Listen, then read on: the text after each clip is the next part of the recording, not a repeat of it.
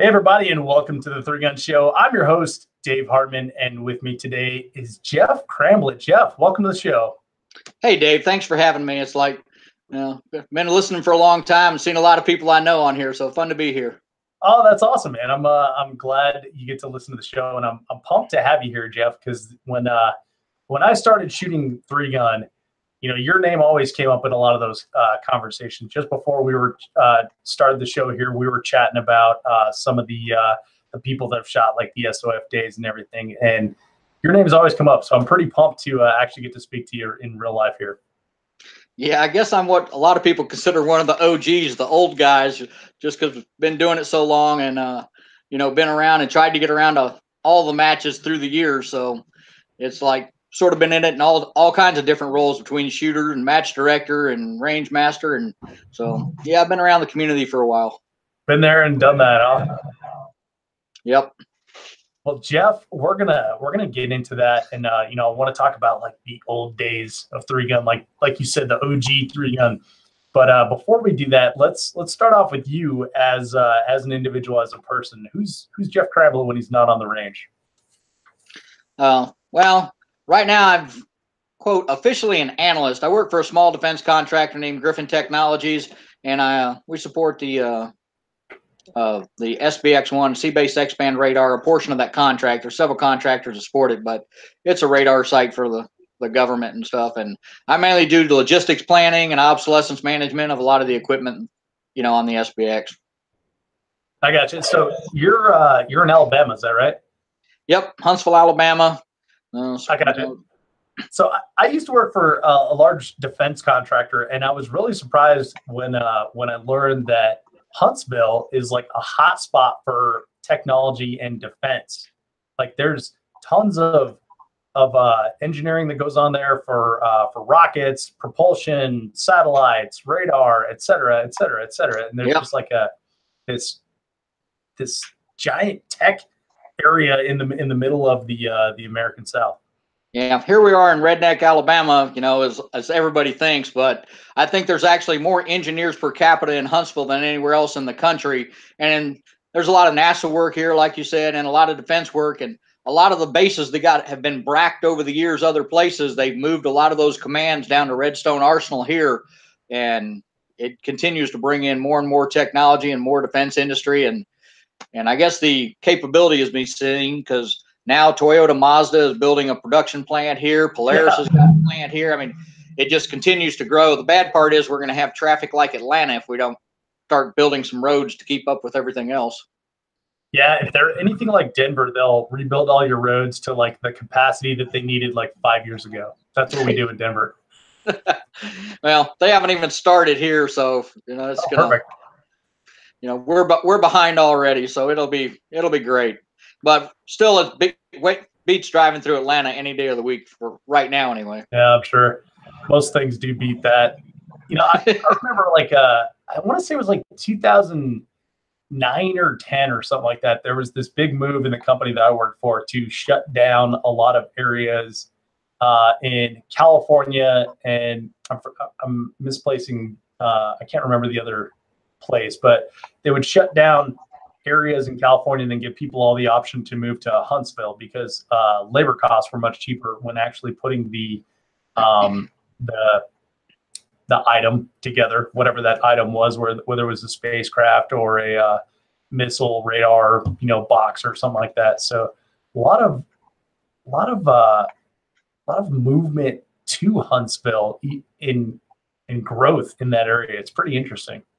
Oh, there is. And I mean, you got to look at it. I mean, Alabama's a state I think has fairly low taxes and, a fairly low cost of living. I mean, Kimber's moving a plant down into South Alabama. I mean, there's a lot of things happening and moving toward Alabama across the country. And Huntsville's just a nice place to begin with. It's like, I mean, I grew up here, and after I did some time in the Navy, and then after the Navy, moving around, working places, I ended up finally coming back, getting a good job back here. But we got good climate, good cost of living. Got the mountains, got Panama City Beach, 5.5 hours away. So we got rivers, you got hunting, got fishing, got everything you need right here. The only thing better is to get out like you out toward the Rockies. And you got to give up the beach to do that. Yeah, this place is easy to do. Rockies are a little weird right now. I'll be honest. Yeah, I still like to pop out there every year or two and try to go hunting out in Montana, Wyoming, Nebraska areas, and swing past Hornady on the way, and visit the folks out there. I mean, it's always a good trip to get to come out there and see what real mountains look like. Heck yeah, yeah. Wyoming and Montana are still nice. Just the Denver area has gotten to be like insane with the massive influx of people that have moved in over the last like 3 years. It's getting weird here, but Montana and Wyoming are still gorgeous. Yep. Yeah. So Jeff, when we talked here, I mentioned to you that when I started shooting 3-gun like 2011, like Jeff Cramblit was one of those names that everybody knew, and we and talked about like, well, Jeff does this, or where I heard from so and so and so and so that Jeff Cramblit said this, is kind of yeah. I'm not kidding, man. There's like all these legends on the range of Jeff Cramblit. So I'm pumped to talk to you.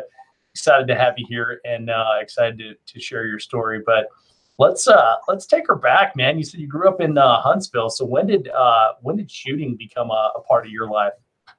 Actually, when I was in the Navy in karate martial arts, and my martial arts instructor had a bunch of shooting trophies in the dojo. Oh, no kidding. And I said, "What is up with this?" I'm like, "You're like this badass, it's like throw us around like kids and everything." And he said, "Hey, martial arts isn't the answer for everything. You need to have some other skills." And he told me about the local USPSA match, and so I went out and shot my first match there, which is a story in itself. Nobody could ever go to a match with worse gear than I showed up in my first US. Anybody that says they don't have what they need to go shoot a match, I tell them my story, they feel better, and then they're ready to go. They think they're already in B class by that time.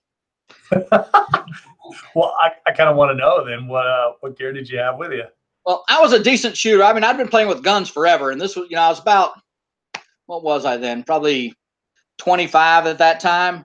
And so I've been through a bunch of guns, pretty good shooter because I've been at it for a long time as far as our group of friends go. But that's the way everybody is before they go out to their first USPSA match. They think they know how to shoot, and then they realize they don't. But yes, he told me basically, gun, a holster, some, extra ammo, something to hold extra ammo and everything. The only pistol I had was a Smith & Wesson model 629 6-inch barrel at the time. That's the only pistol I had. I'd been, cycle through. Hey, you're poor when you're in the Navy, as a little recent enlisted guy. So I said, hey, if you want something new, something's got to go. And that's just what I had at the time. So I got this 44 Magnum, but he told me there was this power factor thing, and you had to be above a certain level, power factor, to score major, and I said, well, I don't want to score minor. I mean, I didn't have a chronograph or anything. So I'm like, okay. So I go home, but I did hand load because that's the only way a poor Navy guy could afford to shoot a 44 Magnum. And I had some 240 grain bullets, and I had some of this powder. And I said, okay, well, here's the max load. That ought to make major. Major back then was 175 back in those days. And there was no separate open anything else. It was all just one straight division. You just showed up and shot. But major was 175. So everybody typically shot, 182, 185. So power factor was a lot higher then to start with. And they chronographed at your local matches back in those old days. Oh, wow. I mean, it's just something to make sure, hey, keep people honest. They chronographed even at the local matches. But so I cranked me out some loads. Nice and hot, close to the max load on the chart for my 44 Magnum. I had me 2 HKS speed loaders, and I made me a little duct tape holder out of some toilet paper tube and duct taped around them and made me a loop to go on my belt to hold my 2 HKS speed loaders that you had to twist, and stuck it in an Uncle Mike's holster and went to the range. That sounds amazing. So nobody could show up worse prepared. The only thing funnier was the performance.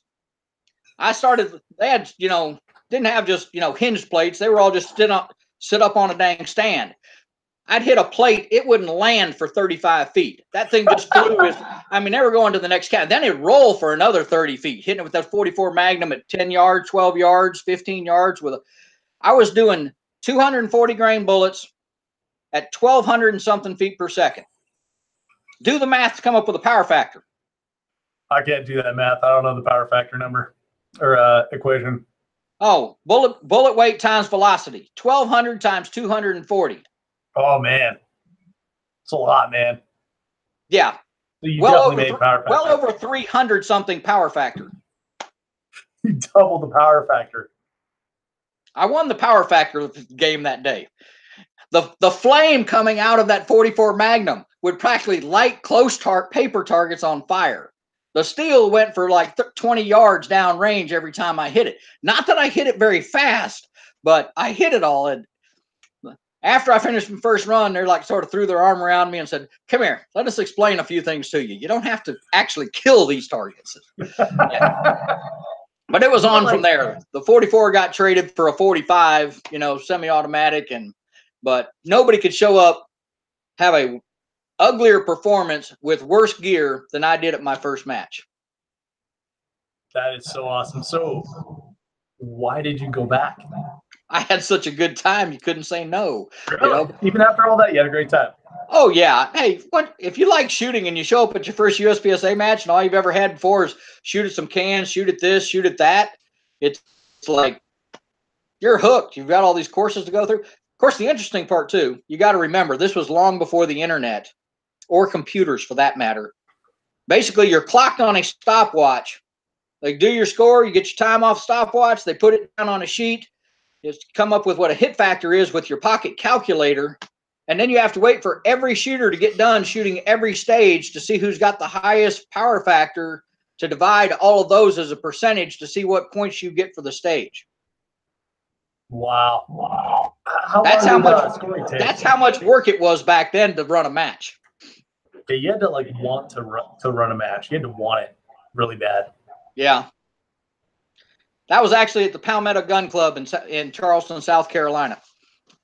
That's awesome. So are they still there running USPSA they still hold matches and everything there, it's like. That's a trip. When was the last time you shot a match there?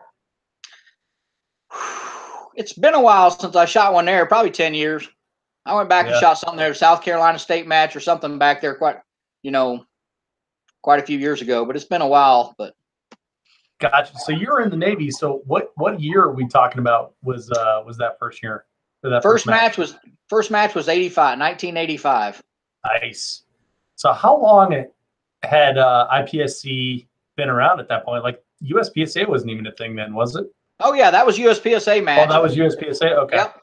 And it had been around, at least 10 years at that point. I mean, there was already Springfield had a big sponsored team, with Rob Latham and a whole bunch of people, Frank Garcia, and everybody was all on a Springfield team. And the first match is probably a couple years after that. The first bigger match I went to was a Virginia State Indoor Championship. And Todd Jarrett was an A-class shooter, and Rob Latham was there, and Todd almost beat Rob at that match. But, I mean, that's back when, Todd's an A-class shooter, and it's like almost beating Rob, and Rob's showing up at local, at state-level matches around the country and things like that. I mean, it was a good time. It was I mean, that is one of those things where, you look at it now, and you realize what a piece of history that was. But at the time, did it seem like something special was happening? Did you know hey, this is something to pay attention to? Oh, it was, hey, Brian Enos and Rob Latham, were the men back in that day. Not that, Rob and them aren't now, but I mean, they had just hit the peak and they were, winning world championships and everything. I mean, they were the heat, and them showing up at a local match, or state level match with only 100 and something people there, it's pretty cool to be able to say, okay, this is the best guy in the country shooting right here in front of you. And when I'm down there as a C-class shooter at the time, probably is, it was pretty wild. But there was no fat guns. I mean, that was all single stack. They were shooting single stack comp 38 supers. We're shooting single stack iron sighted 45s. I mean, there wasn't even a fat gun in existence at that point yet. Yeah. Like double stack wasn't a thing, right? No, the first big match, Paraordnance was the first one to really roll out, the P14s a few years later, probably in the 90s, early 90s, they came out with those. They came out with aluminum frame first, and people tried those, but the major loads were cracking the frames around the trigger bows. Then they came out with a copper beryllium frame, which was outrageously expensive, but a few people built those. And Then they came out with the steel frames later. But all through that, the only caliber they were producing it in was 45. So everybody was making the conversion over to 38 Super in that time frame. So there was companies and people, Guncraft in Florida and a few other people, Terry Phelps down in Florida.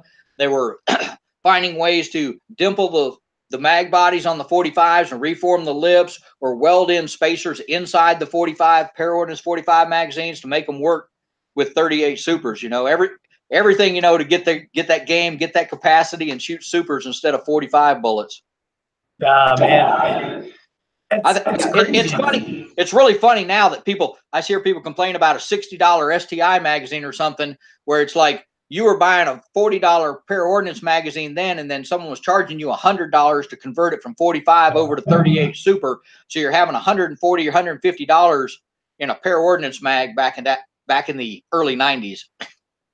Yeah, you know, it's amazing. It reminds me a lot of the early days of drag racing, right? Like, you ever talk to anyone who was a drag racer back in the day, and, you know, they're going to the junkyard, pulling crap out, welding pop cans together and things like that to try to make speed. Whereas now you can just call up like Jags or Summit and order right out of the catalog, and, you know, it comes to you all jetted and ready to rock and stuff like that. Do you ever feel like when you order something from Brownells or Midway now, you think like, this is too easy, this should be harder? Oh yeah, definitely. You know, for sure. I mean, I've seen it all come along. And like I said, before the internet, you never even knew if somebody on the other side of the country, till you went to a major match, if someone came out with a better mousetrap, a better, you know, magwell, or a better, you know, compensator, or what they'd come up with. But I think it was around 92, probably around the 91, 92 time frame, I shot the North American IPSC championship, which is like a level 4 or whatever up in Canada, you know, above our nationals type level. It was the whole North American Continent Championship up in Canada before there was a mag bands and stuff up there. But it was 30 stages, you know, and everybody was there from the US and Canada, all the best shooters, Barnhart, Latham, you know, Matt McLaren, all these, you know, all the old names. But Jerry Barnhart showed up shooting the first, I guess it was a TRI or Chip McCormick, whatever, the first prototypes of what an STI and an SV are now. He showed up with the first polymer-based, you know, 2011 gun shooting in that match. I mean, that's when it first made its debut.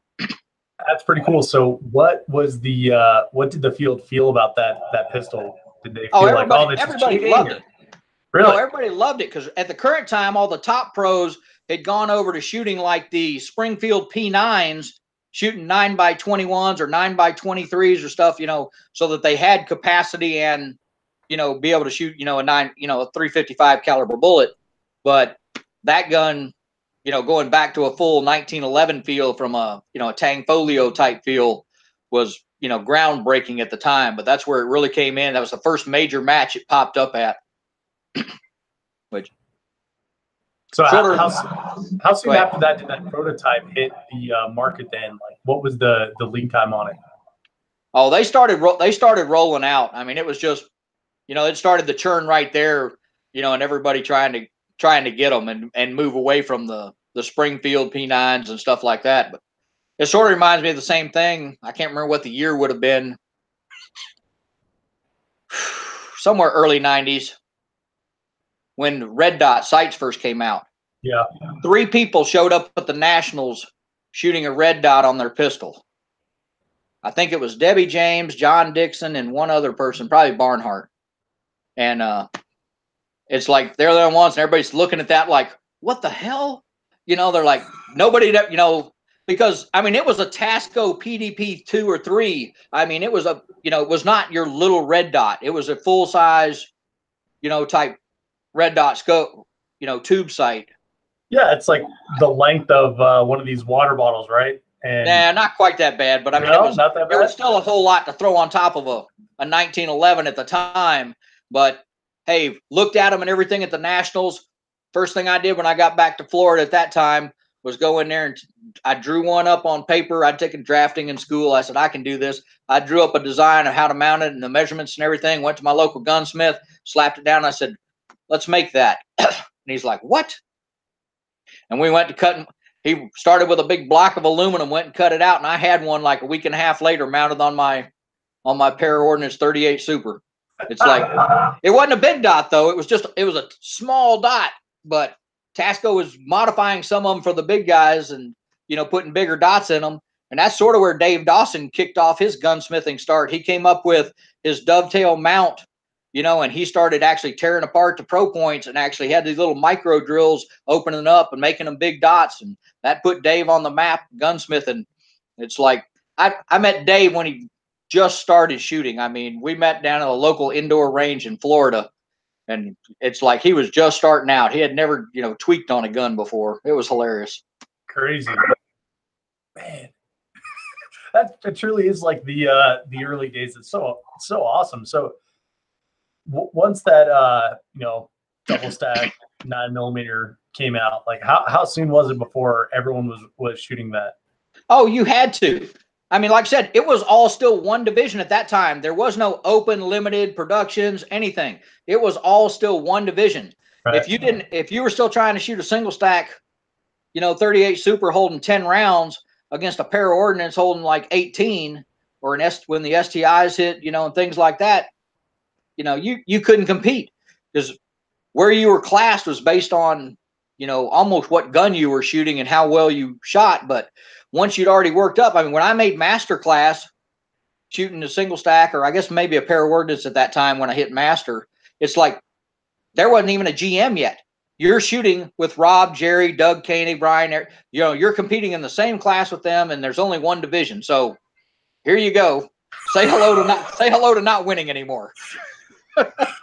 You know, I love that. I like how everyone is in the same division. It kind of reminds me of like Three Gun now. You know, like there is, you know, open, there's TAC, and there's limited. TAC and limited are way too close together. But you know, I see a lot of people like, oh, well, how come I can't have a red dot on my pistol, or in TAC, or you know, this gizmo or that gizmo and things like that. And it is kind of funny how it becomes an arms race, you know. And USPSA and IPSC, they've done a lot to mitigate that arms race.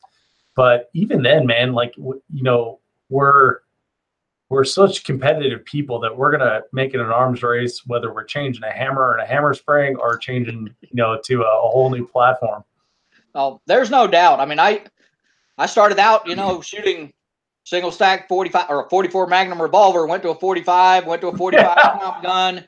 Actually, funny part, the very first high capacity that really came out that was somewhat competitive, it's like Glock came out with the 17Ls back in those early days, about the same time Paraordnance came out, and I actually loaded a 17L to major.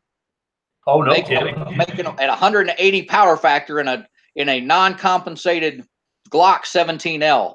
How was that? I knew capacity was gonna rule. I knew that was gonna be the thing, and it's like I said, okay, a little worse trigger pull in a Glock compared to a 1911 is worth not making as many reloads when you're looking at, you know, shooting a single stack 1911. Yeah. So, but yeah, that's not a long-term engagement when you're running the 180 power factor in a Glock. Yeah, that's a problem waiting to happen. Yeah, they didn't last too long. They didn't like it too much. I bet it beat him up. So, but I mean, it's amazing the evolution of what has happened. But like you said, with the arms race, yeah, I shot open for a long time, and then I just said I just can't keep up with the arms race. And when they came up, you know, with limited division and split the divisions, I said, okay, boom, I'm out. It's like, and I really haven't shot open, you know, since that time. But I keep thinking about going back, but I just don't. It's so much gear you got to get. I mean, I do wish that going back old school, I wish TAC optics would go back to shotgun rules like we had at Soldier of Fortune. Oh, okay. Because it's like tactical. What is tactical about a shotgun that can have as long a magazine tube on it that looks like you could joust with it, rather than actually, you know, something more practical or tactical? Soldier of Fortune, you could only have a 22-inch barrel on your shotgun, and your magazine tube couldn't go past 1 inch past the end of the barrel. You could still actually, you know, okay, this is a practical length. You could actually maneuver it. I mean, when I was running matches, like Yeah, I've run quite a few down here in Alabama, and I was also, the match director for the very first Pro-Am and things like that. I used to just take joy in saying, all right, I want the shotgun stage to start with you with your shotgun inside a small car. The people that have these 17-foot shotguns, they're like running it in one window and out the other window. It's like they're pole vaulting with the thing just to try to move it from one side of the car to the other. I mean, I'm like, there's nothing tactical or practical about that thing. Yeah, that's for sure. And I think it like hurts us as a sport to people that don't shoot the sport. Like it makes us look like fools when we have these giant tubes sticking out past our barrels. But a couple of years ago, I shot the Blue Ridge match. And they limit you to 8 rounds. And on I was shooting a Stoker at the time. I want to say it's a 24-inch barrel, but it has a 10-round tube, and so I put a 2-round plug in there. And I was surprised, just like lopping off the extra, 6 inches of the tube, how much more maneuverable it was, and just it felt much better than the giant clown shoes tube out there. Yeah, it's a tremendous difference of all the way around. And I was saying that magazine tube, starts pushing it closer. Hey, if you want to have that in open division, fine, but yeah, let's make tactical or practical, actually somewhat reasonable. Yeah, Jeff, I'm a proponent of, well, so we don't have a sanctioning body in 3-gun, right? And that's basically the reason that we have like all these weird rules, because no one ever gets together at the end of the year and says, okay, what went well, what didn't go well, and what do we need to change, right? So I've always said that limited division and tactical are way too close together. And most matches, the only difference is like magnification on the optic, right. Yep. So I've proposed limiting the shotgun in limited to like 8 rounds or so, or 10 rounds, whatever it is, and then limiting the capacity in TAC to 12 rounds, 14 rounds, whatever we all decide. But then now they're different, right? And now there's an actual bigger separation between the 2 divisions. What's your opinion on that? What do you think? I could go either way. I just think both of them need the shotgun capacity limited, to make it more practical. But along with that, I think match directors have to. I think some of the stages, for shotgun have just gotten a little bit out of hand too. When you've got if you've only got an 8-round tube and you run up on something that's got a 40-something round shotgun course, you're going to be all there all day loading it. Yeah. I mean, really, starting with 2 or 3 more rounds in the gun really doesn't matter. You're still having to load that much. I think some of the stages have gotten a little bit blown out too, but I understand the intricacies of running a match. You want to try to get the round counts with the shotgun up a little bit, closer to what the round counts are with the pistol and rifle. It's much easier to get round count up with the pistol and rifle because you can put 2 on this paper and do this and do that. But I just think 40-round shotgun stages are a bit out of the box. Yeah. Plus, on the technology standpoint, like with quad loading or loading 2, like it's gotten so much easier to load a shotgun. Like the learning curve is flattened, and then you throw the extra round, the rounds in there. So now you've got, instead of an 8-round tube, you have a 12-round tube. So you have 2 full tubes for 24 targets instead of 3 full tubes on an 8-round shotgun, right? So once you start doing that and you do the math on that, like, okay, well, we got to make this shotgun course bigger, otherwise it's not going to be any fun. Yeah, you're still having to load the rounds, but I'm actually really surprised that 2-gun hasn't pushed, got a stronger response.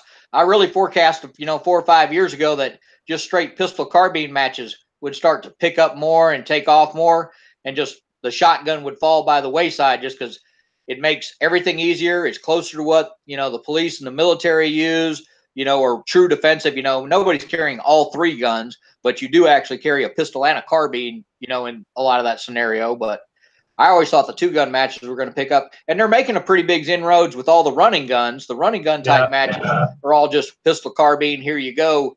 But I thought some of the bigger level matches would start progressing toward a straight 2-gun format as well. It hadn't happened as fast as I expected it to, though.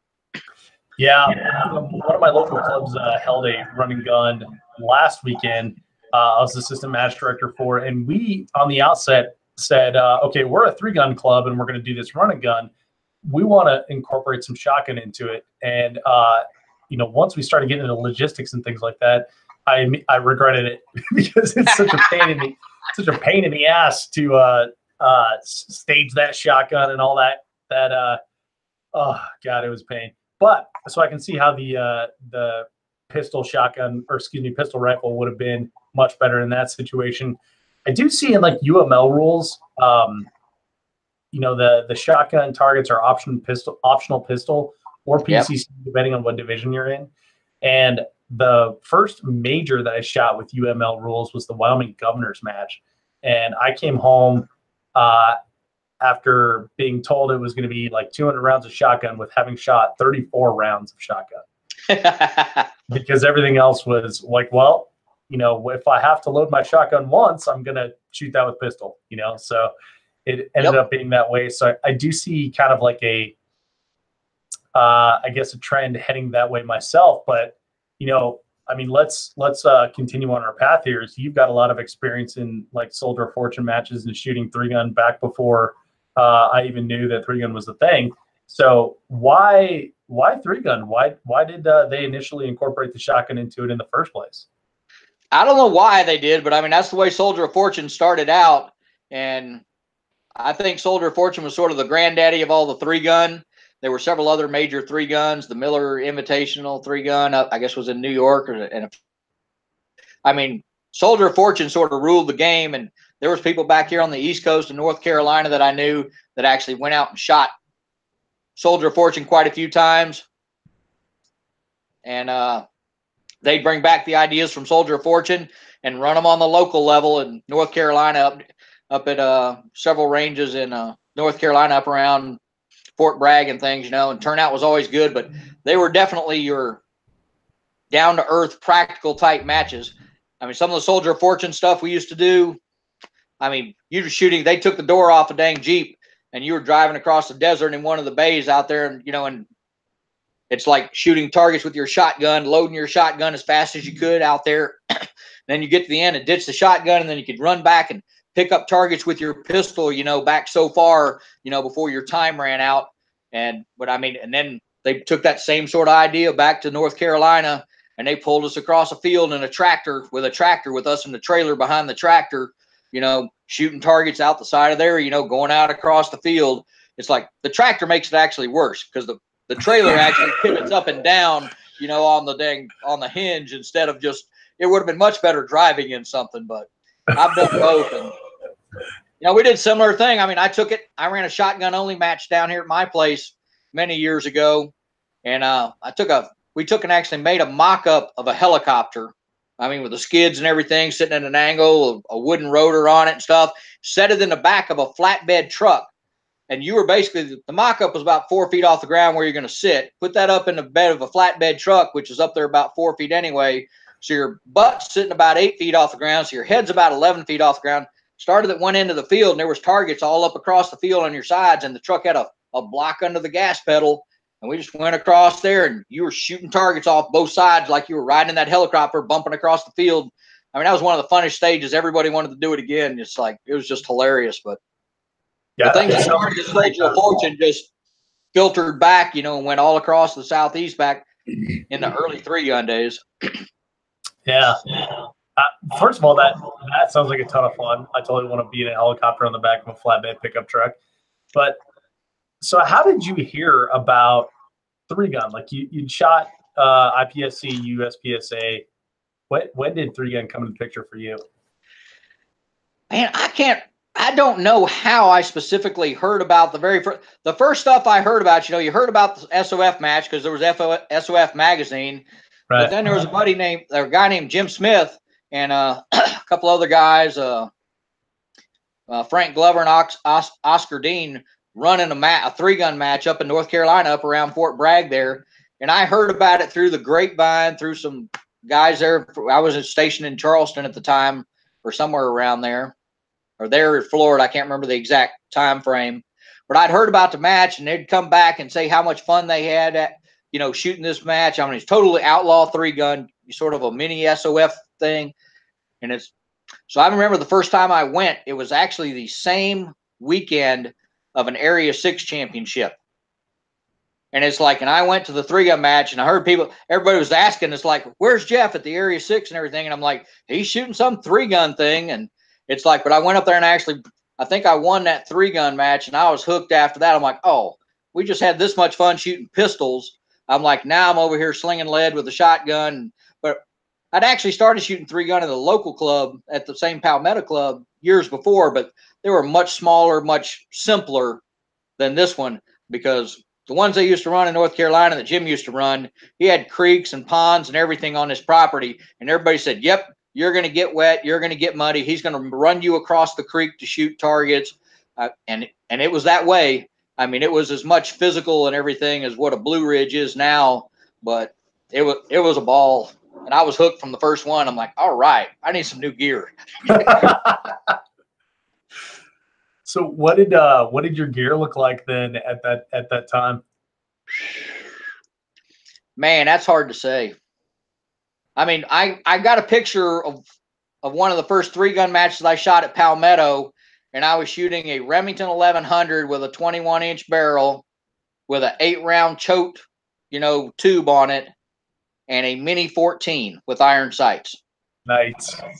I mean, by the time I shot that one in North Carolina, I know I had shifted over to an AR-15, but I'm pretty sure it was just running like a Pro Point PDP-3 red dot, and they shot out some further distance and stuff. I think it went to a Leupold 1-4, because that was about the best optic you could put on it at the time.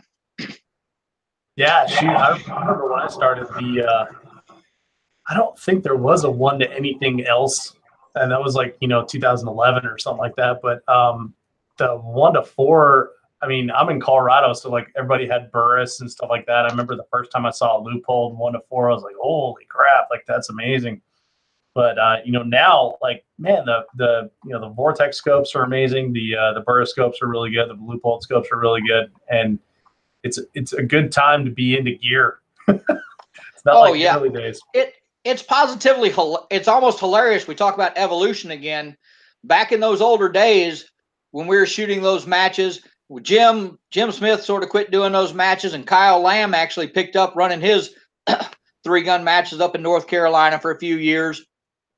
All of us knew what scope was needed. It needed to be a true 1, and there wasn't any true 1s back then. Everything was a 1.5 to 4 or 1.5 to 5. I mean, there wasn't a true 1 anything. And the military actually put out a requirement there. They said, okay, they knew it. And they started trying to build it, and Leupold came up with that 1 to 3 CQT. Mm-hmm. But somewhere along the line, typically, between what a user needs and what the military says the military wants and what a manufacturer actually builds, there's usually some sort of aberration that happens in between. And that's sort of what happened to that. I mean, it started out as a great concept. They wanted a 1 to something, a true 1 to something to get there, like we still want today. But it just didn't come along for so many years, until you really started getting a true 1 with a good variable power scope. But now, like you said, there's so many of them. You got the Swarovskis, you got Night Forces. I mean, there's so many to choose from that are just, awesome pieces of glass and full of features. It's even hard to choose. Yeah, it really is hard to choose. Unless it's like a Ford Chevy thing where you've got your brand and then you can just pick in that line. And even in the lines, there's so many different options of, entry level that are either good or not good, mid range that are pretty good, and then the high end that are really good. But yeah, when you sit down and you look all across like all the manufacturers, like even freaking EOTech, for God's sake, like whoever thought that EOTech would have put out anything magnified, and they make a great scope too. Yeah, well, I mean, it's kind of interesting. You talk about the companies changing. I mean, you look at SIG, EOTech, some of those things, a lot of these companies, but you have to look at what's happened in some of those companies in the last decade. Mm-hmm. You look at SIG, they have Max Michel shooting for them. They have Robbie Johnson, who used to be on the AMU with Daniel Horner. I mean, they were the 3-gun team for years, for the AMU. Robbie works for SIG now, and has been for years. It's like, you look at the people that have actually left the shooting sports. I mean, Phil Strader's working for SIG now. You look at the people within the shooting sports that know what the requirements are, what the shooters need, what really works, that have actually started working within the industry, and that has really helped the quality of the product to come along. Yeah, absolutely. And I see that. So we should finish that off. Dan Horner now works for SIG as well. But the when you see that sort of thing, it makes me think, like, a lot of times I hear manufacturers who don't play in the 3-gun space, say like, oh yeah, 3-gun's a waste of money. It's just a bunch of bullet golfers, blah, blah, blah.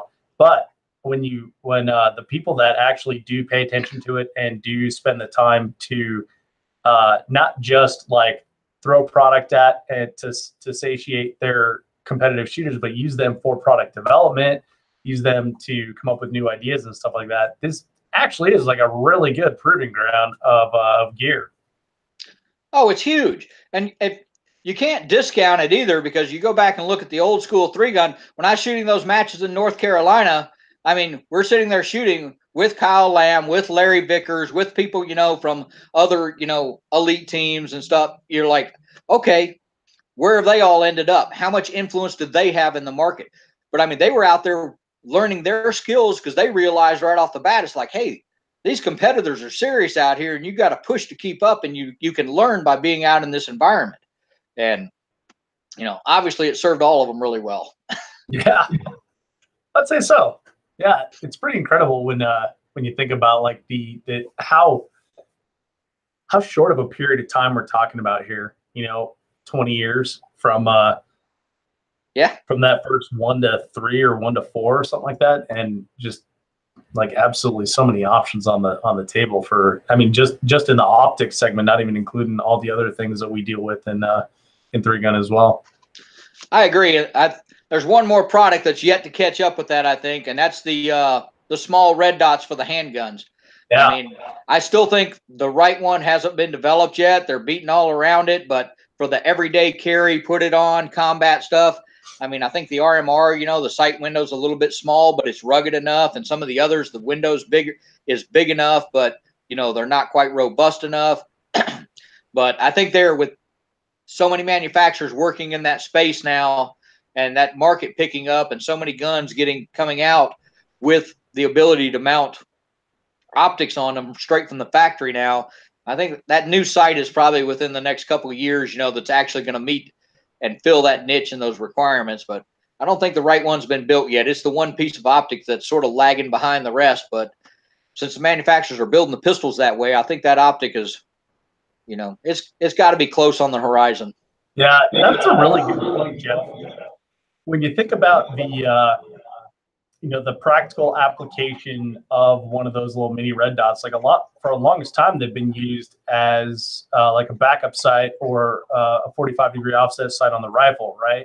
And only in the last, I don't know, what would you say, like handful of years, maybe 5-6 years or something like that, have they become popular on pistols, and now they're like almost ubiquitous, right? So you can get like the Glock MOS, Smith & Wesson has something that you can throw one on.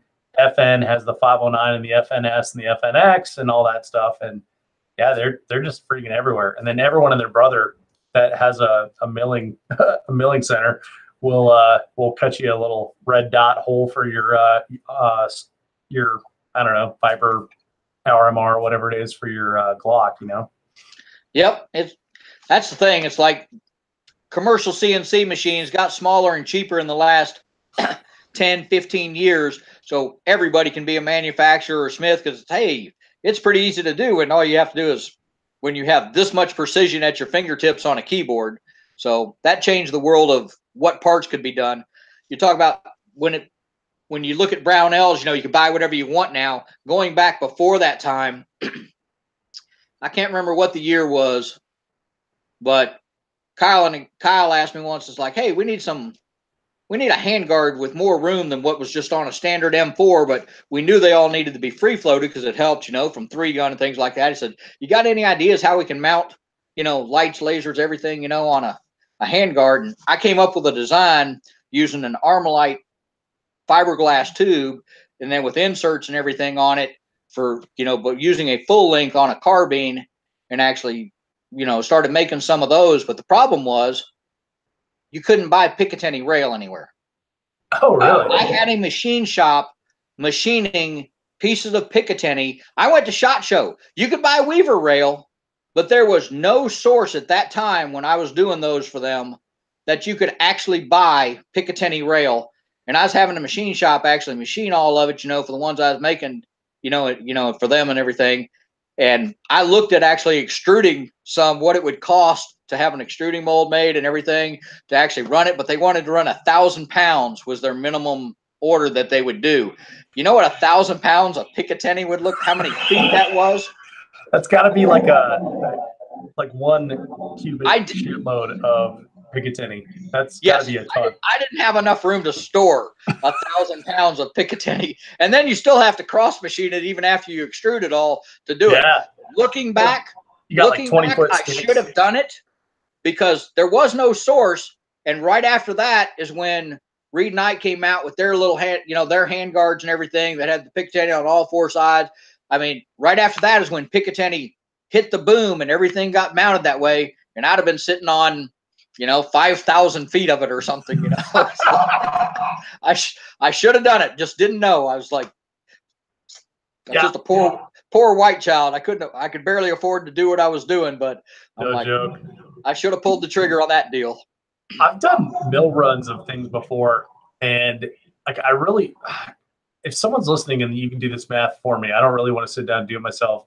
Let me know how much Picatinny rail we could get for 1,000 pounds. Like what would the length of that be? That's got to be insane in like giant 20-foot sticks. Your whole garage would be full, Jeff. Oh yeah, no doubt. I mean, it was going to be ridiculous, and then you still got to cross machine it all, and after that, and then drill mounting screws, holes in it where you need it. It was still going to take some machine after that, but I mean, it was ridiculous. So. Yeah, it's funny. And now I've got like a whole bag of Picatinny in one of these drawers back here. Just random rail sections that I get from stuff that I don't use. Yep. It's just, now the stuff's like, if wherever, throw it anywhere. But one thing we found, though, after doing that, we actually worked on some light mounts to go on for flashlight mounts to go on Picatinny. I've got some of the old stuff compared to the Surefire and all the dang Enforce mounts and everything that's out now. The crude stuff that was used to mount lights back in those old days was just so ugly. But we worked on a nicer one and everything. What we found right off the bat was that most people's Picatinny on most of the stuff that was being produced back then was nowhere near the actual 1913 spec. It's like you had to produce it with 2-piece clamps because you couldn't make it where it just slid over and tightened down because this stuff was so far out of spec you couldn't even make it fit.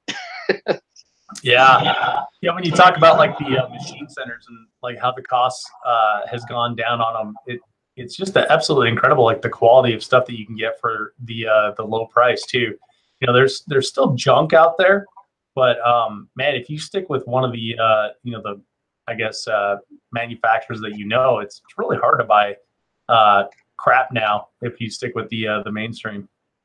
That's fact. It's, like I said, with the tolerances which you can get out of all the machine centers now, it's like people can produce really great stuff, and there's no reason for things to be bad unless they're just still running it on some old machine in China. But yeah, exactly.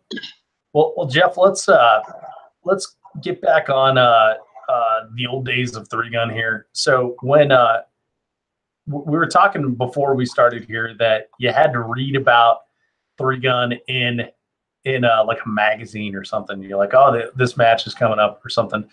How many matches do you think there were in the country? Like just a ballpark when you started shooting 3-gun? When I started shooting 3-gun, as far as 3-gun matches, I knew about 5. Okay. I mean, 5 big. You had Soldier of Fortune. You had a Miller 3-gun. And you had Rocky Mountain is very old. Superstition and Rocky Mountain were both pretty old, but I can't remember, what years they actually kicked off. And then we usually had some stuff in North Carolina that, but that was the major ones, and that was all there. That was it. And so, how many of those matches did you go to? Well, I never made it to Miller, but I mean, I've been to Superstition, been to the Rocky Mountain, went to 2 SOFs.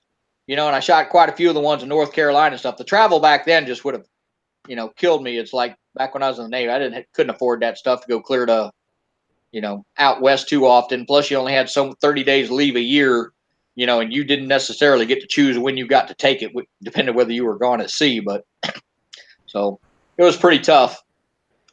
But the North Carolina matches were always fun, and Soldier of Fortune taught me a lot. Yeah. It was really quite funny too. And I mean, it still happens today. One of my first impressions when I went to Soldier of Fortune, I don't even think I met him there, but one of my first impressions is the first time I saw Benny Cooley.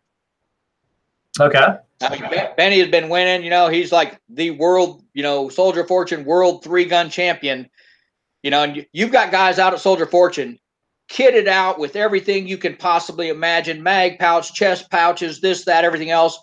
Benny comes walking up and stuff, and he's got a holster, a couple magazines, and an AR, and that's pretty much it. I mean, simplicity, in just poetic. It's like you don't need all that stuff. You need just what you need to get the job done, and you need flawless execution. And that's one of the things I've learned from watching Benny. We got to be good friends over the years, but Benny may not move as fast as everybody else or anything, but the way I describe Benny is he has flawless execution. He gets up there, it's very smooth, very deliberate, hits things, doesn't waste time. He's got a plan and he executes it really flawlessly, and the consistency that he does it with, across the board, ends up doing really well on the scoreboards. Yeah, and even now, that's the key to winning. Just execution. Yeah, I mean, it's like you can run around and try to go as fast as you possibly want, and you watch the wheels come off and you end up out in the field, or you can have a plan and you just go up there and just nice and smooth and steady winning the race. If you do it across a whole bunch of stages. The more stages there are like that, typically the better you come out. Mm-hmm. So when you started shooting SOF, then was it like a game? Because I consider 3-gun just like flat out game. That's how I figure it in my head. Like I don't feel like I'm training for the end of the world or anything like that. Some people do use 3-gun as like getting better using their defense carbine, their defense pistol, or whatever. So when you shot, what was it? Was it you were shooting a game? And oh yeah, it was just a game. I don't consider it training or anything else at that point. I mean, I was just shooting, having fun, testing my skills against the best people in the country, doing it because I mean they were all there and seeing how you end up and trying to get better. It's just a competitive nature. It's like just being out there trying to do it and have fun. Yeah, I guess like the name Soldier of Fortune, because I associate it with the magazine, right? Always makes me think that it's more like paramilitary or whatever. Were there people out there that were taking it a little too seriously, or? At the point that where I started going, I don't really think there was. There's probably a few of them there, but I'd heard stories from some of the earlier years when, there were some very serious characters, that were attending that match and the parties and things in Vegas, and the shenanigans were, way more than, what we do as 3-gunners these days. It's like, but it tamed down into a competition, I think, in the years by the time I got to it. Gotcha. And what kind of time frame were we talking about? 96, 97, I think. Okay. Something like that. I can't remember for sure. I got the patches at home still. I'd have to go back and look at them. So this is like right around the Clinton assault weapon ban, right? My SOF would have been before that. It may have been. I can't remember. Like I said, I'd have to check on the years, but okay. Well, so then you shot before the assault weapons ban. So what was that time like after the ban? Did like 3-gun go away, go underground, or did people just get more clever? Like what was the culture like? Nobody changed anything. I mean, if you already had magazines, you were good to go. So as long as you already had your 30-round magazines and things, they couldn't, all the new ones being produced, had to say, hey, for military or law enforcement, whatever use. But if you already had your pre-existing ones, you were good to go. So it didn't really matter. Nothing changed at all. Did it slow anyone down from starting or anything like that? I think it would have, it may have slowed some people down starting just because, hey, if you bought a Glock in that time frame, all it came with was a 10-round magazine. But I still think there was enough of the old ones floating around in circulation that, I don't think it greatly impacted the 3-gun world. It may have impacted USPSA and some of the, the shooting sports there a little bit more, but 3-gunners are still 3-gunners. They're going to, they adapted and overcame. Yeah. We kind of deal with that a little bit in Colorado too, because we've got our BS magazine limits here too. It's 15 rounds, and a lot of times I'll get questions from 3-gunners in Colorado, and they're like, "Well, what do I do about like the magazine laws and this and that?" And I'm always like, "Well, do you want?" I just kind of like point them off to someone else. Like someone else can tell them. Like I guess someone who represents companies, I'm on the show. It's like, I can't tell you like, just drive to Wyoming, bro, and get a magazine, but that's what everyone else is doing. Yeah. It's kind of silly with the millions of magazines that are already out there to try to have things like that. But none of those things actually affects 3-gun that much, in my opinion. People, they're still shooting 3-gun in California for, so that never stopped. Yeah. There's 3-gun in California. I've heard there's a 3-gun in New York as well, which is insane to my brain. Canada, shoots 3-gun. Yeah. They have different restrictions. There's 3-gun in Mexico. I shot the USPSA 3-gun nationals in New York one year. Yeah. I couldn't believe they held it there. I also couldn't believe that me and the 2 guys I was riding with rode right through New York City with all of our 3-gun stuff in our car. We were just hoping we didn't get in an accident because it was going to be hard to explain if we got rear-ended and that trunk came open. Yeah. That seems like a poor choice of location on their part.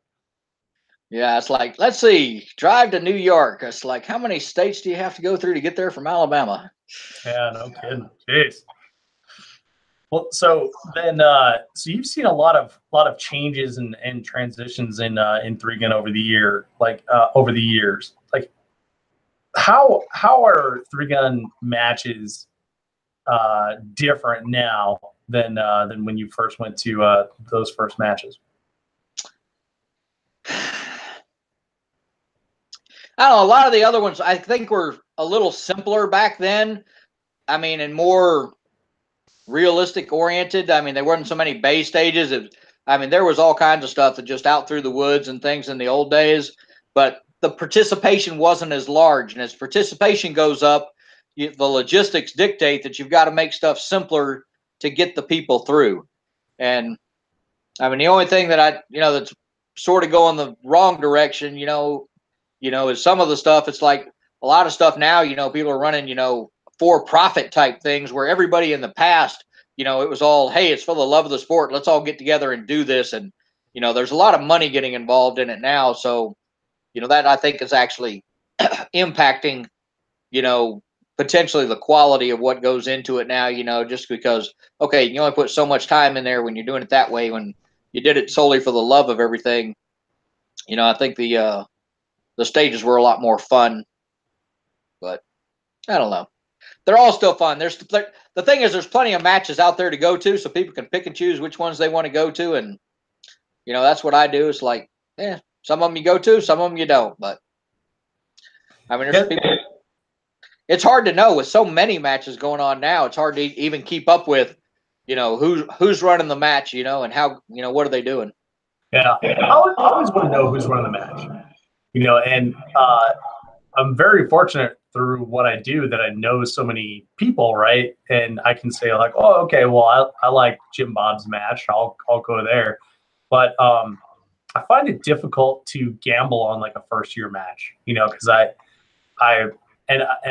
this is coming from a guy who just ran a match for the first time last weekend. So I understand, first of all, but it's tough to commit $1,000 worth of travel expenses plus ammo plus match fee to gamble that the match is going to be good. So you got to deal with those reputations. And back in the old days, you had 5 matches to choose from. It's probably much simpler. It's like, you want to go to all the matches or some of the matches, Right. But so how do you choose the matches you go to now? Like, what's your criteria, if you will? I like you. It's like I want to know who's running the match, because I mean that makes more difference than most anything, because it all comes down to their mindset. What are they doing and how do they run a match? I mean, some people understand logistics and matches run very smoothly. Because I mean, I was a match director for the first Pro-Am. Everybody said you can't run a match and have 500 people in it and have this many pros, this many AMs, and 15 stages. I'm like, yeah, you can. You just need enough experience and planning to do it. But so I mean, anything can be done, but the person has to have some logistics. And some people I know, it's like, and I view the shooter, and I think all the match directors should view a shooter as the customer. You're providing them a service. They're spending a lot of money and a lot of time and travel, like you said, and they're coming to have fun and do something.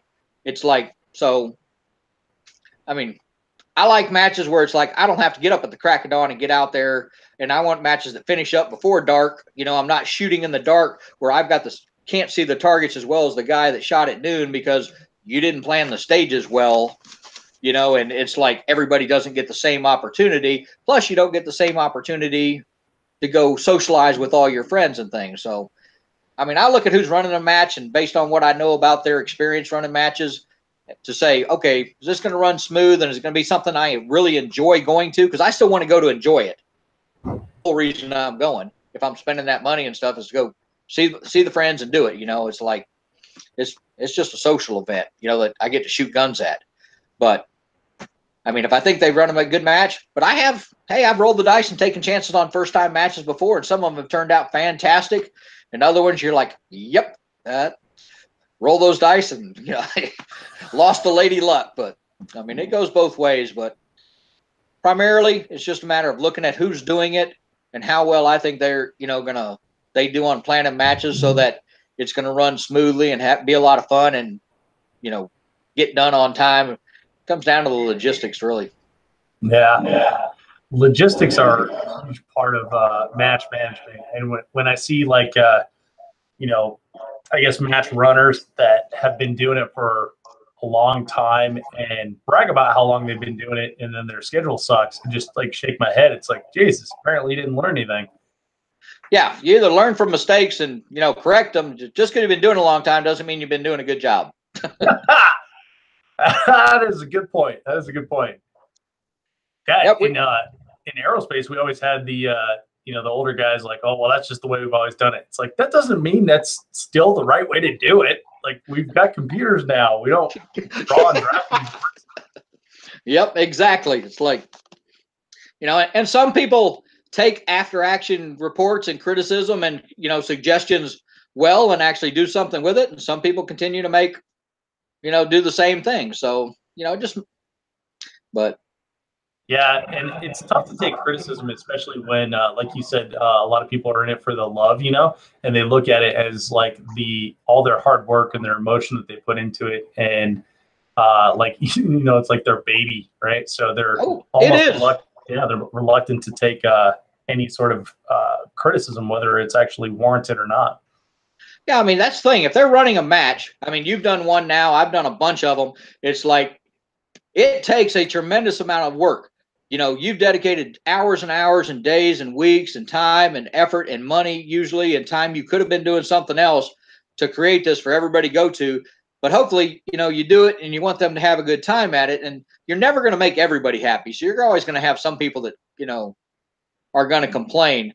But, you really don't want a whole bunch of criticism. It's like constructive suggestions and things. Great. But hopefully you do a good enough job that there's something to build from, and it's something that doesn't need to be, it's like, okay, that just needs to be scrapped. Yeah, no kidding. Well, Jeff, how did you get roped into running that first Pro-Am with 500 people? That's a big undertaking. That was kind of crazy. Actually, I got asked by the nobles up at Rockcastle. They said, hey, AR15.com approached us and they want to run a match. They'd like to sponsor a match, but they want it to bring in new shooters, not just the same 200 or 300, people that go to shoot all the matches all the time. How do we bring in more shooters to do a match? And I said, well, let me think about that. So I went home and sort of hatched the plan and came up with the idea of saying, okay, you do a pro-am scenario and you have the am stages look very similar to the pro stages, and you co-locate them where the am stage is right next to the pro stage, so that it sort of looks like they're shooting the same thing, but make the challenges less round count, less distance, less technical. But they also get to see the pros sitting there shoot it and see their heroes sitting there shooting it right next to them, a similar stage. So we did 8 pro stages, 7 am. But I drew the whole thing up and said, okay, this is how you do it. This is how many people you can put through it, based on this many, this many stages and this much of this. And I said, that's how you do it to bring in shooters. They said, well, how do we keep people from being pros and AMs? And I said, you do the AM prize. There's no way you can tell somebody this is the line where you're a pro or an AM. You're going to have people cheat that line all day long. I said, you make the AM random draw, you make the pro order finish, because no pro is going to go down there and take a chance on a random draw prize if he thinks he can shoot good. And AM is going to go up to the pro level if they don't think they can. If they're an amateur, they want to. Hey, yeah, I'll go in for this random draw prize table and shoot this. And I made, came up with it, did all the money, everything, figured it out. Make the AM stuff half as cheap. It's like than the pros, and to encourage them to shoot, and stuff. And said, do the AM prize table the night before, and the pros shoot a couple extra stages the next day, so that, because you can't run both prize table, a 500-person prize at one time. Laid it all out. I said, went back up, said, here's what you do. They said, okay, that looks good. That looks like it'll work. And they're like, who could do that? Who do we get to run it? And I said, well, I'd say this person, or this person. And none of those people would do it. So then they came back and asked me. Nice. You were your own fourth choice. Oh, I didn't want to run that. It's like, I know I've run matches. I knew what that was going to be like, hurting all those cats and doing that much, but no one else wanted to do it. And I said, that's a great idea. Let's bring in some new shooters. Let's do this. And we got a ton of help to run, to sponsor the match. National Shooting Sports Foundation, AR15.com, Joe DeBurgalis on the NRA board of directors, Lisa Supernova from the NRA. It's like, there are just tons of people jumped in, helping to work with sponsors. I mean, we ended up with and I took, unlike what you get most of your stuff now, we took part of the entry fee money, because when you had that many people, we started getting prizes in and started trying to keep track, and I wasn't sure we had enough. So we actually spent some of the money that we took in, in the entry fees, to buy more prizes. So, some of these manufacturers that donated things, I went back and bought additional product from them, if they gave us a good break. But I mean, we actually spent some money with them too, to help out too. And I handpicked. I mean, one of the things that really makes a match run is your ROs. They got to have the right attitude and experience. Luckily, I knew enough people. I begged, borrowed, and stealed enough of them, handpicked all the ROs to run the match. Had plenty of other people volunteering, but I had enough, to run the match. And so I knew there wasn't going to be a lot of reshoots, and it was going to be nice and safe. I asked Benny Cooley, it's like, I said, hey, some of these AMs it'd be cool if they could get some training. You want to come set up and do, a training class like the day before or something during, the match? And he said, well, how about if I just do it free? And he sort of helped me hatch the idea. And we had the free pro clinics there where we had Jerry and Bruce Pyatt and Benny and, just a handful. I can't even remember who all it was, but we had, like 6 pro clinics, going on in the afternoons after the AMs would shoot. But I mean, it just went friggin' fantastic. And it's like, it was just a lot of people I knew all jumping in to help, to make it happen. And it turned out great. But we had like 15 stages running at the same time, 4 or 5 vendor shooting areas all running. LaRue brought their dang barbecue truck, trailer, and was, with the barbecue out there. But the great part is like the sponsorship kicked in was huge. Biggest prize table of any match that's ever been. And, but I mean, Steve Hornady was there. The Brownells were there. I mean, you had, the heads of a lot of these companies at that match, actually, you know, seeing all the new shooters and everybody there and all the interfacing. It was really fantastic. I sort of glad they actually drugged me into it, you know, all said and done. But I put about 6 months of my life into pulling that off, and I can't tell you how many trips from Alabama to Kentucky building props and everything else for it. But I'm like, it was crazy. Yeah, that's a ton of work. You know, when I hear stories like that of like you know, that first pro-am and how big it was, I kind of wonder like where the enthusiasm from the industry has gone. Like, you know, Pete Brownell doesn't really go to matches anymore. Steve probably only goes to the Hornady Zombie in the Heartlands kind of thing. Is it just because we have so many matches now? Like, it's not even, you know, an event. You know, it's like sun comes up every day and no one really cares. Well, yeah, there is a huge saturation of matches, and it's not just, you look at the manufacturers. I mean, it's not just you've got pistol matches, USPSA, IDPA, whatever, you know. You've got a plethora of 3-gun matches, and then you've got, you know, some carbine and rifle matches. You've got the PRS series matches going on all over the country. It's like, how would they even know which one, you know, if they could only had only so much free time, how would you tell them which one to go see, you know, hang out with the people? Yeah. I mean, the saturation of matches right now is so great that if one of them called me and said, "Hey, which matches do we need to go to if I want to go to 3 matches, you know, just go, you know, see a bunch of people and hang out and do this and stuff," so I wouldn't know what to tell them. Yeah, that is tough, and I get asked that all the time by different people in the industry, and I do have a list, but you know, it's hard when you're sitting there. It's like, well, these are the 3 I'd recommend, and if you like those 3, then check out these other 6. You know, like it gets so big, you know, because there are a bunch of great matches. It's almost easier to tell people which ones not to go to. Yeah, that's a fact. Yeah, but I mean, think of like from a consumer perspective, what an amazing time we live in when, you know, 1 to 6 scopes are everywhere, and you have good matches all over the country that you can go to within 6 to 8 hours of your home. Yeah, it used to be you'd wait around and say, okay, you know, the next good match coming up is 2 months from now, or the next match I can go to is, you know, this month, and now it's like, okay, there's a match almost every weekend. I look and someone's saying, "Oh, I'm going to this match this weekend." I'm like, crap, I didn't even know that was happening this weekend. Yeah, because you can lose sight of them really, really fast. Yeah, and then I went and shot the Red October Kalashnikov Championship in Utah, which was happening the same weekend as Surefire, like an hour and 10 minutes away in Vegas, and it was also the same weekend as Fallen Brethren, but Fallen Brethren got canceled. It was like, that's 3 big matches that draw a lot of people in the same weekend. It's like, right. And that probably does. And if you look also, if you looked at the PRS series, they're probably having like the Bushnell Ball or the Ball or the Gap Grind or a match at Core or some, you know, there's probably some big PRS match or 2 going on at the same time, or the NRA World Shooting Championship. That was happening. That was last weekend. But yeah, there was. But they're back to back so close together. You know, you're like.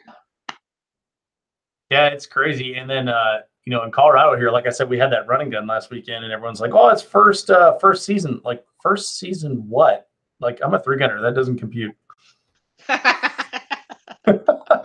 So yeah, I mean, there's so many competing opportunities for your entertainment dollars, you know. Yep, there's no doubt about that. Yeah.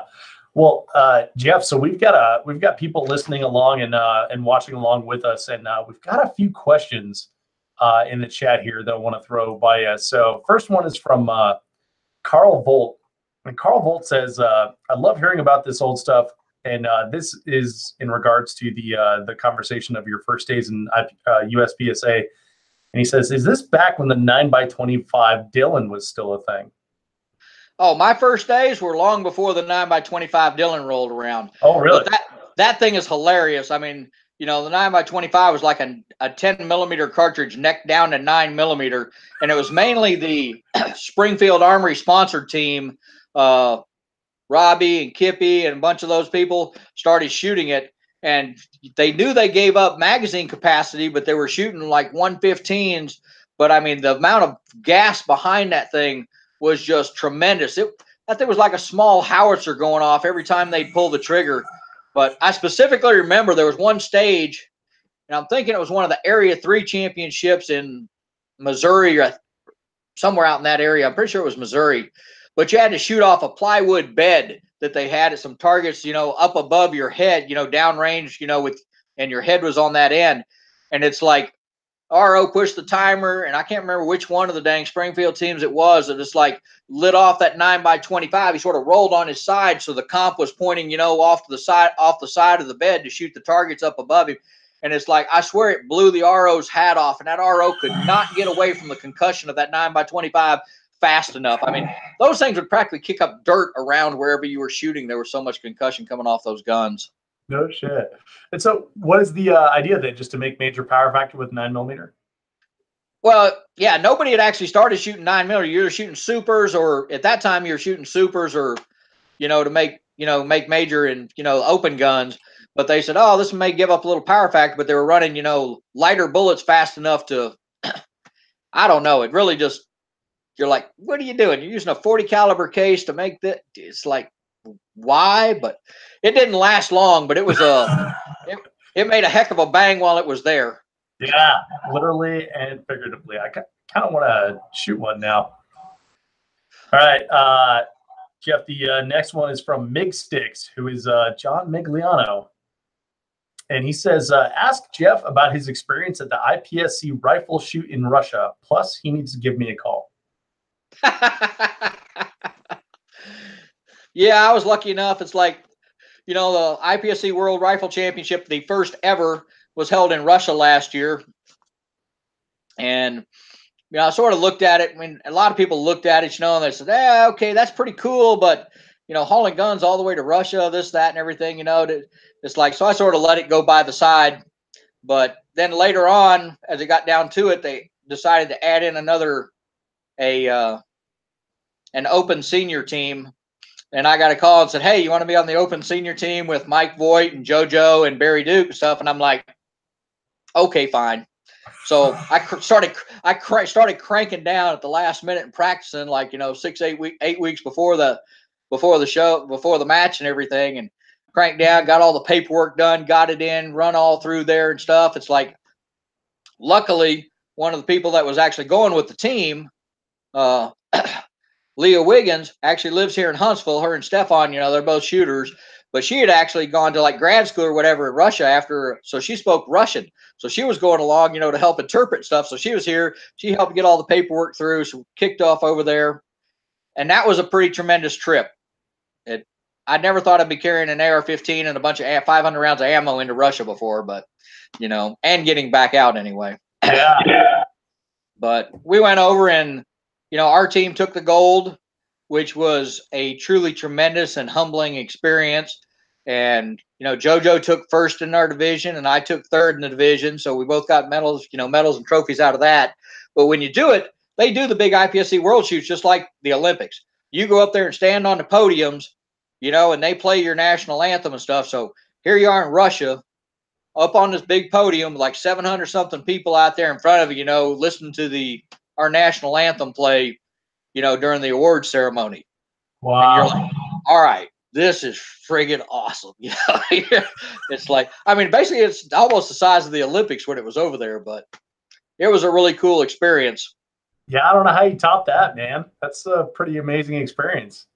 I don't know. I've been sort of blessed, sort of lucky that way. It's like me, Kurt Miller, and Trapper, and Daniel Ernest, and a few people all went to the IPSC's first World Shotgun Championship back in 2012, and Kurt took first in our division, and I took second in that. So I've won medals in both the IPSC's first Rifle Championship and first Shotgun Championship. But I'm like, it's been a fun ride riding around the world with shooting with some of my friends. Heck yeah, just amazing that the all the experiences that it would offer you, just plinking targets and bringing steel. Yeah, all started out with that 44 Smith & Wesson, and look what I ended up. Yeah. All right. So Carl Volt has another question. He says, has Jeff looked into in-range TV's style of two-gun in Arizona matches like Finnish Brutality and Desert Brutality? So that, I think, is piggybacking on the conversation we had about the resurgence of two-gun matches.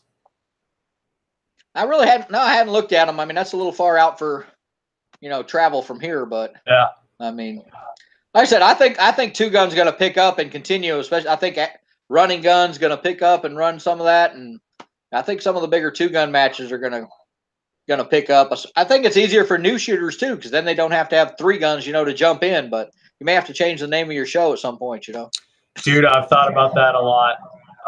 I really have.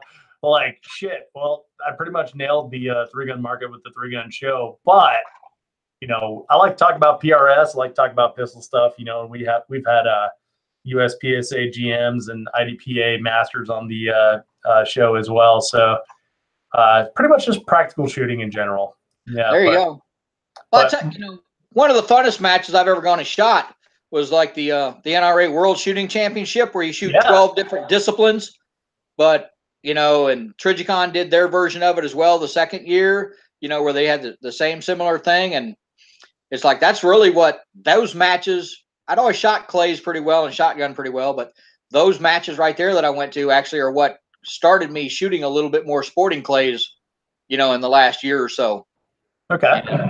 Because, after the Trigicon match, I figured out that if I had hit 3 more clay pigeons out of the 75 possible, because we shot 3 clay sports, that I probably would have made about $6,000 more dollars. Oh, wow. Those are about, because I'd have gone to the money table instead of the prize table. And I said, maybe I need to be able to hit these a little better. Yeah, those are $1,000 pigeons.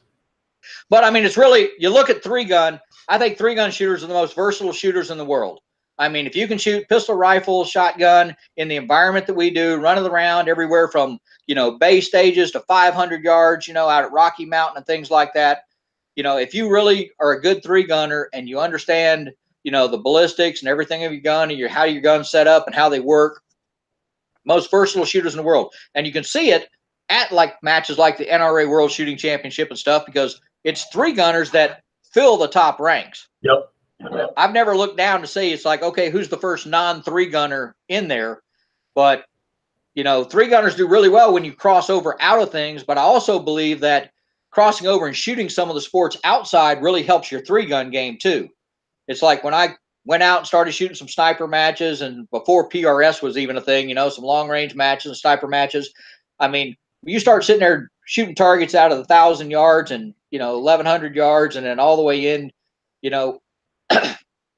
and then you come back to three gun and say, oh, 350 yards, chip shot. Exactly. It's not, it really helps you because you learn how to build a good position to shoot from really fast. You know what your trajectories are. You know what certain wind's going to do, because when you deal with it, those longer distances, the effects up close are way less. So, I mean, it really helps your game. And also the same thing has happened when I actually went and took some sporting clays classes. I mean, I do some teaching and things like that. So I understand the value of good instruction. So if I was going to go learn how to shoot sporting clays better, I went and found a world champion level instructor, Wendell Cherry, up here in Tennessee. He lives in Tennessee and teaches right across the line in Kentucky. And I really never realized that clays games were as mental as they actually are. Really? There's really so much more mental aspect to it, but so much of that mental aspect also relates over. You can't be all high tension, and jerky like we are in three gun shooting clays. You have to be slower, smoother, and everything. But a lot of it comes down to your mental state. It's like if you've got a true pair fly and you've got to hit this one and get over there, well, you need to move fast, but you need to maintain a calm so that you can see it. And a lot of that applies back over to three gun shooting. We shoot and change positions really fast and everything, but that doesn't mean you go crazy like a Jack Russell Terrier. That means you shoot and move fast, but your demeanor and everything, your mental state really needs to stay under control and calm so that you're pushing the trigger and seeing the dang targets and seeing the sights like you need to. But it's amazing how a lot of these other cross-training to other sports, you'll do well when you go shoot them, but you'll also learn things that'll make your three-gun game so much better. Yeah. The NRA World Shoot is on my short list for next year for sure. The just the amount of shooting that you get to do in all the different disciplines, I think, really appeals to it. And I really liked what you said there about it helping your 3-gun game when you go back to that as well. Oh yeah, I mean, you look at it, you sit there and have to practice some bullseye shooting with that, a pistol one-handed.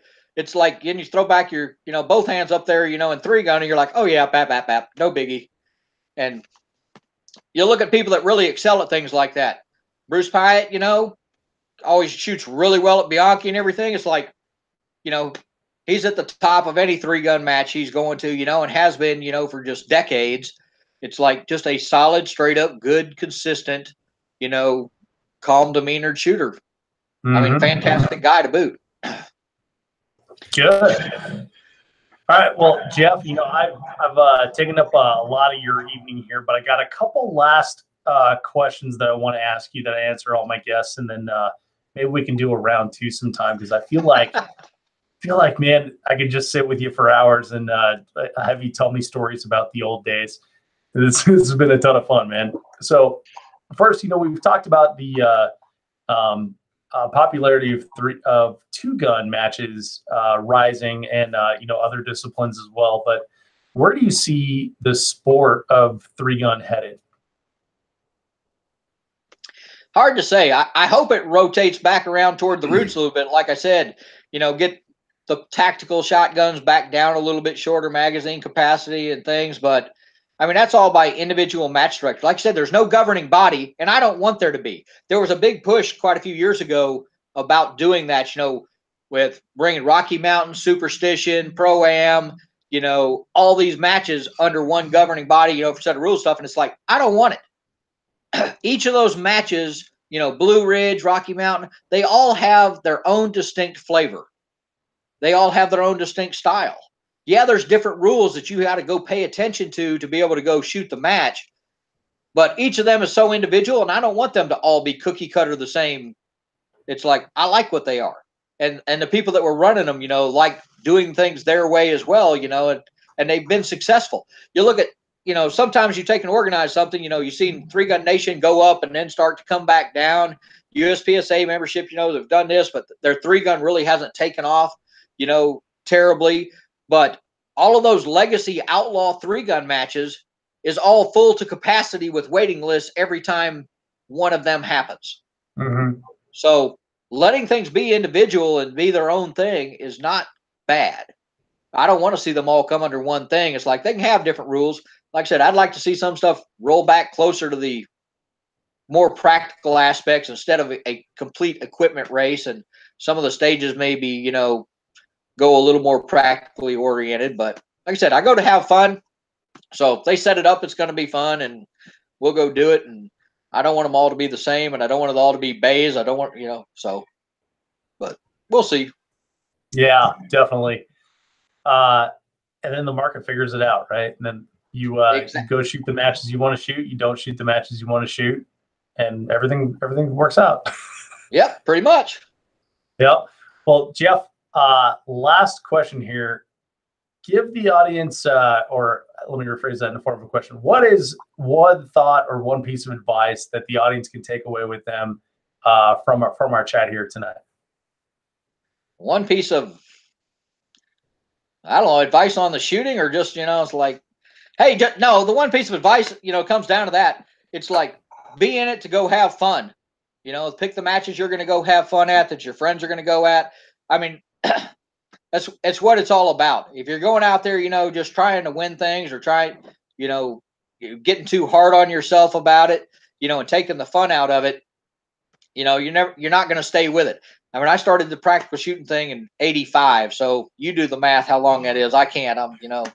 Public education isn't working. I mean, I've drifted in and out of the different shooting aspects along the way, but I still shoot them all. I shot USPSA indoor match last Wednesday night, and I'm going to shoot the Sporting Clays Nationals this weekend. So cool. I'm not quitting any of it, but it's just, you just roll in and out as you get a little bit tired through the years, but just have fun with it, and don't be afraid to go experiment with other things, because it quite possibly will help your game over here.